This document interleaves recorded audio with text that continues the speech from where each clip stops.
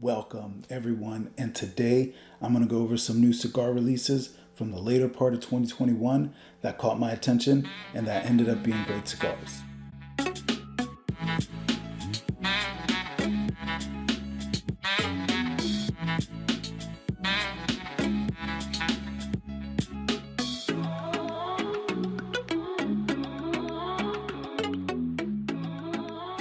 Alright, so starting it off with the Abuelo. Abuelo is a cigar from Dave Garofalo. He's the man behind great brands like United and Atabey. He's owned the Two Guys Cigar Shop for over 35 years. He's been running an outstanding podcast for years now, The Cigar Authority. And on top of all that, he seems like a really great guy.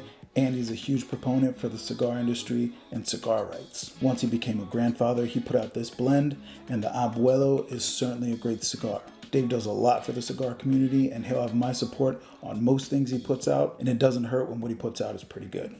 All right, moving on to the CAO Flathead V21. This is a new release from a big player in the cigar industry, and in addition to one of their biggest lines. Rick Rodriguez and CAO got my full attention when they put out this cigar with a Mexican San Andreas wrapper and a Connecticut broadleaf binder. The fillers are aged for a longer period of time after a shorter fermentation period in order to get some nice natural flavors into the cigar, using a top shelf wrapper leaf as the binder and an outstanding looking oily dark chocolate San Andreas wrapper.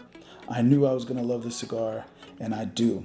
Unfortunately, this is a limited release, so it's not going to be part of their regular line, but for me, I'm going to stock up on as many as I can. All right, and moving on to one of my favorite brands out there from Christian Eiroa, it's the CLE. This is the signature THTEKE 0317. The 0317 looks like it might be a date, but we don't know. I'll get into that a little bit later. This THTEKE is a regular release for what was a Tobacconist Association of America, or TAA, exclusive from Eiroa. The exclusive TAA size of this blend was the 1118, which is that classic Christian Eiroa, Camacho days size. I didn't get it in that size, but that's not what was interesting about this blend. What's interesting about this release is that other than the Cameroon wrapper, Christian hasn't released any information on the rest of the blend. Not only has he not released any information on the rest of the blend, he hasn't disclosed what THTEKE stands for, and he hasn't disclosed what 0317 is, if that's a date, what that date means.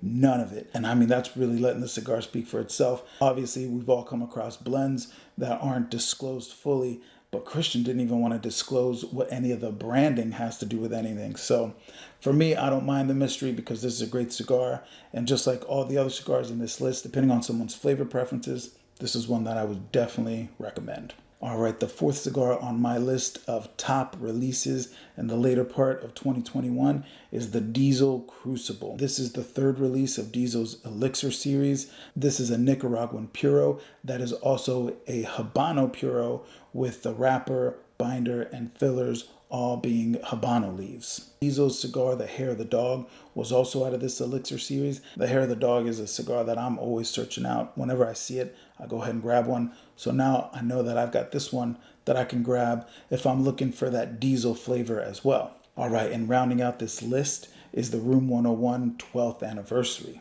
This is a Nicaraguan Puro that comes in a 6x52 Toro. It's made entirely from AJ Fernandez tobacco at AJ's factory in Esteli. Since it's Room 101, only 1,001 boxes of 20 were put out of this cigar. So this is one that's worth hunting down, and it is Matt Booth, so it's going to be good and no explanation needed. This is another great release, and the one that rounds out my top 5 top cigar releases of the later part of 2021. As always, thanks for watching. I appreciate the views, and have a good one.